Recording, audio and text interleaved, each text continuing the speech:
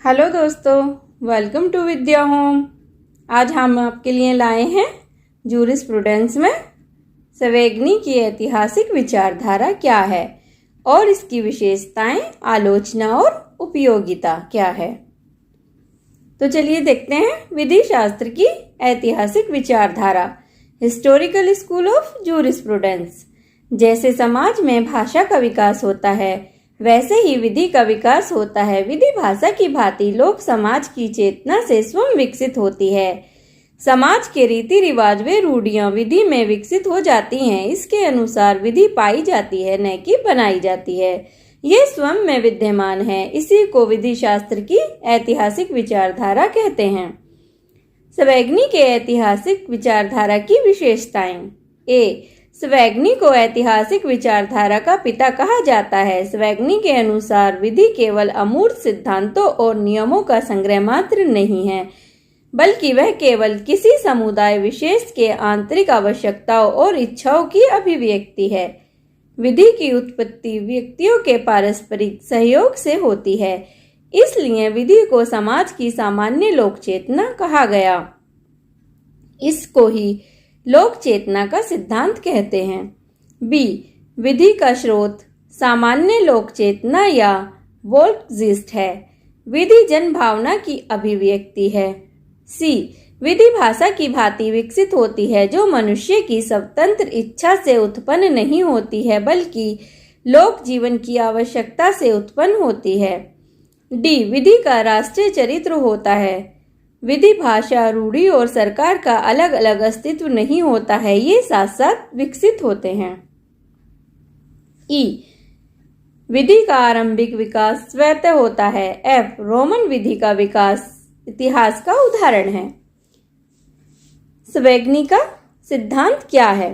Number 1, सवेगनी के अनुसार विधि केवल अमूर्त सिद्धांतों और नियमों का संग्रह मात्र नहीं है, बल्कि वह केवल किसी समुदाय विशेष के आंतरिक आवश्यकताओं और इच्छाओं की अभिव्यक्ति है। विधि की उत्पत्ति व्यक्तियों के पारस्परिक सहयोग से होती है, इसलिए विधि को जनजीवन की सामान्य लोक चेतना कहा गया। इसको ही लोक चेतना का सिद्धांत कहते हैं। नंबर 2, शरीर व अचेतन मन का जैसे विकास होता है, उसी तरह विधि का विकास होता है। इसलिए विधि का निर्माण नहीं होता, बल्कि विधि विकसित करती है, जो जन समुदाय में विद्यमान होती है। नंबर 3, विधि की प्रकृति राष्ट्रीय होती है, विश्वव्यापी नहीं होती। समय व स्थान के अनुसार विधि बदलती रहती है। राष्ट्रीय का अर्थ मानव समुदाय से है, जो राजनीतिक, सामाजिक, ऐतिहासिक तथा भौगोलिक कारणों से एक दूसरे से जुड़े होते हैं। विधि देश विदेश के अनुसार वहां के लोगों की भावनाओं और धारणाओं के अनुकूल बदलती रहती है। नंबर 4, विधि के निर्माण के समय इस तथ्य पर ध्यान देना चाहिए कि भूतकाल में उस विषय पर किस प्रकार की विधि प्रचलित थी और बाद में उस विधि में किस प्रकार परिवर्तन की आवश्यकता हुई। नंबर 5, रूढ़ी विधि से आगे चलती हैं और लोक चेतना के अनुरूप होती है। नंबर 6, जैसे जैसे विधि जटिल होती है, वैसे वैसे सामान्य चेतना का प्रतिनिधित्व विशेषज्ञों द्वारा किया जाता है, जो विधि सिद्धांतों का निर्माण करते हैं। नंबर 7, उनके अनुसार प्राकृतिक विधि के नैतिक उद्देश्य को विधि की शास्ति नहीं माना जा सकता।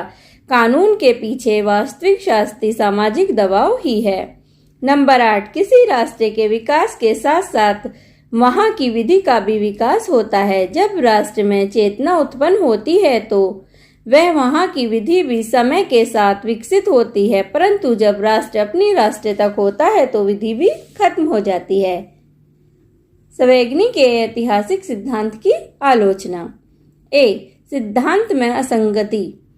सिद्धांत के अनुसार विधि लोक चेतना से आती है, जबकि इसके उल्टे रोमन विधि के सिद्धांत विश्वव्यापी रूप से लागू होने योग्य थे। लोक चेतना ही विधि का एकमात्र स्रोत नहीं है, बल्कि कभी कभी विधि का स्रोत विदेशी विधि प्रणाली भी होती है।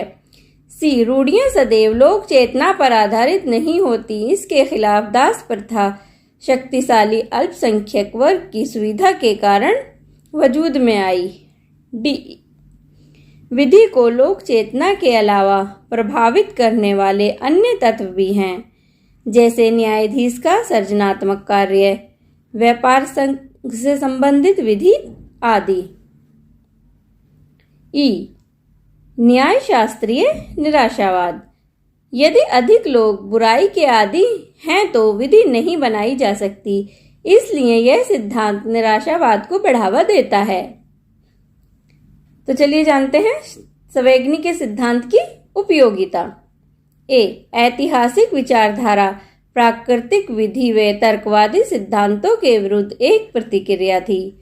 दोनों सिद्धांतों ने काल व देश को विचार किए बिना अपने अपने सिद्धांतों को लागू करने पर जोर दिया, जबकि इस विधि ने देश व काल को प्रमुखता दी। बी, किसी राष्ट्र की विधि प्रणाली पर उसकी संस्कृति और चरित्र का प्रभाव होता है, इसलिए लोक चेतना का सिद्धांत खारिज नहीं किया जा सकता। सी, राष्ट्रीय समाजवादियों ने इस सिद्धांत की अलग से व्याख्या की। उन्होंने राष्ट्रीय का अर्थ समुदाय व विधि का अर्थ शुद्धता से लिया, इसलिए शुद्धता के नाम पर यहूदियों पर अत्याचार हुआ। डी, इस सिद्धांत का व्यापक प्रभाव हुआ क्योंकि विभिन्न समुदायों व देशों में विधि के इतिहास और विकास क्रम की खोज शुरू की गई। ई, विकासवादी व समाजवादी सिद्धांतों के बीज इसी सिद्धांत में थे। उसको डार्विन के पूर्व ही डार्विनवादी व समाजशास्त्रियों के पूर्व ही समाजशास्त्री कहा गया। दोस्तों, विधि के विषय से संबंधित वीडियो और इम्पोर्टेंट क्वेश्चन एंड